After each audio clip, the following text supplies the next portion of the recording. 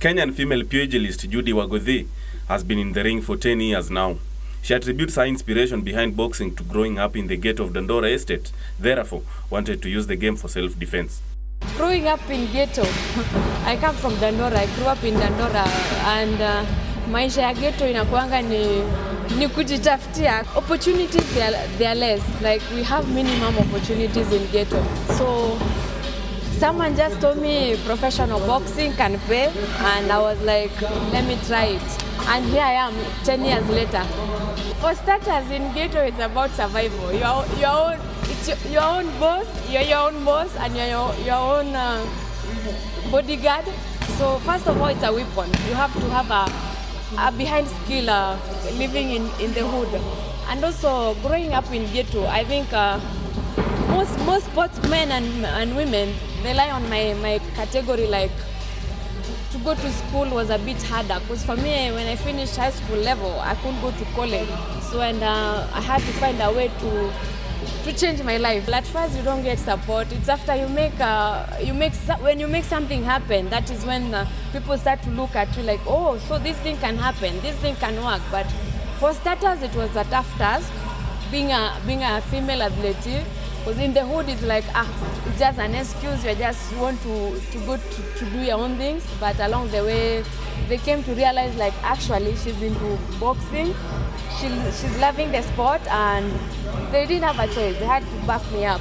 In May 2018, the 33-year-old Waguthii beat Priska Vicot from France on unanimous decision to win the World Boxing Council Silver Super Lightweight Championship title in Gladbach, Switzerland. She explains her feeling about the achievement and how she did get there. Last year, November, I had a fight in Russia, and it was a split decision. So out of 3 judges, one judge to be like, that Kenyan boxer deserved a win. It gave me that belief, that power, like that to win abroad it can happen. And after November fight, then this year in Feb, I got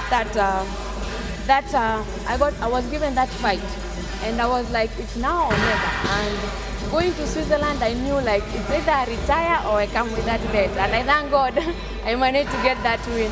You get shocked for a whole month. You have that shock for a whole month. Up to now, I wake up, I see the belt, I'm like, actually, I'm the third African woman to hold this thing. Up to today, I'm still in shock, but I'm getting to terms like, yeah, I'm a champion. Her manager, Greg Shearer, who has been working on her fitness levels and body shape, believes her client has exhibited quality and exceptional performance standards, and thus tips her for further professional growth. I'm just fixing myself in, because she's on kind of on a break now.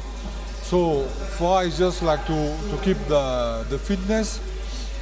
Some reasonable level of fitness, some reasonable level of stamina, and then to practice or to learn one or two things. But it's mostly like some techniques, some combination, but really for her to keep the fitness. But the proper boxing training it's with our coach Magima. That's now proper training. This is like to keep going by the day. The stylish boxer is concerned by how the government and other local boxing stakeholders have failed to appreciate and recognize talents, and therefore would not want to urge other youngsters to join the game, something that is reiterated by Shearer, who thinks low pay has discouraged interest from upcoming potential.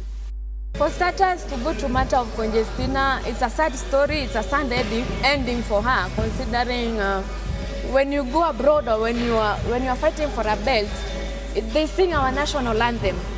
So to be forgotten, it's a bit sad. Like she's a forgotten story.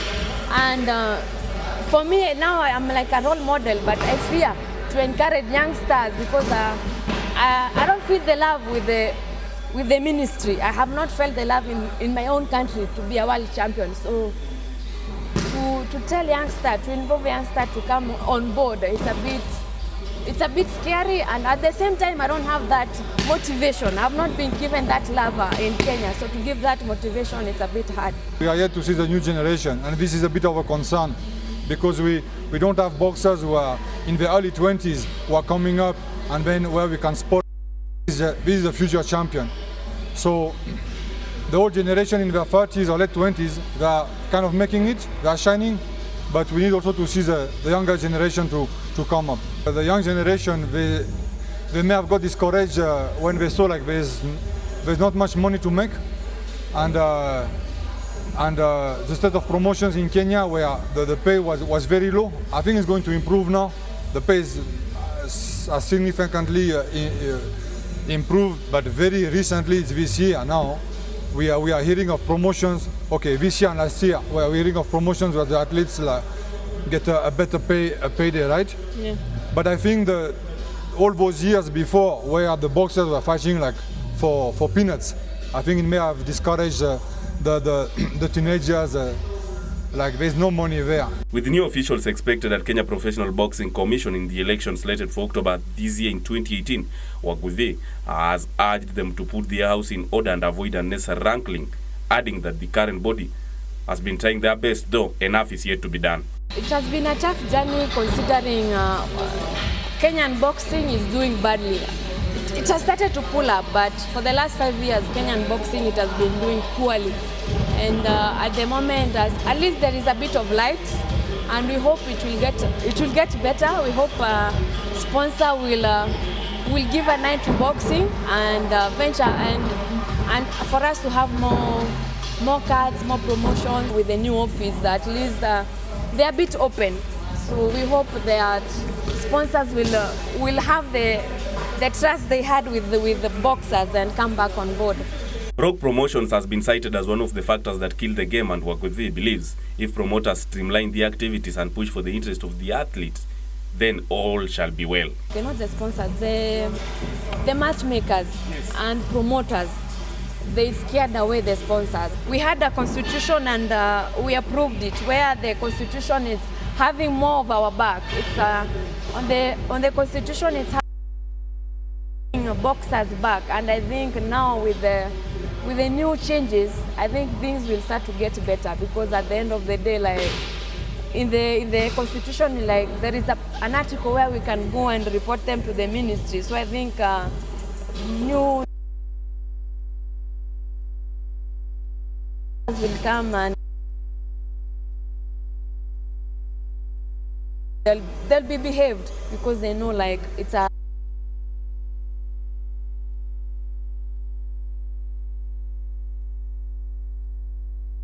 now boxers were being protected.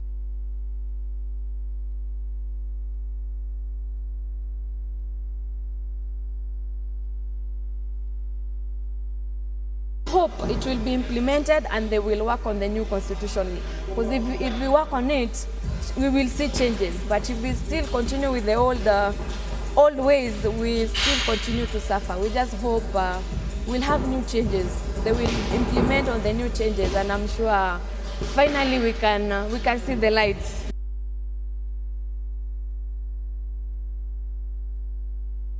Reporting for the Touchline on Y254, my name is Maxwell Wasike.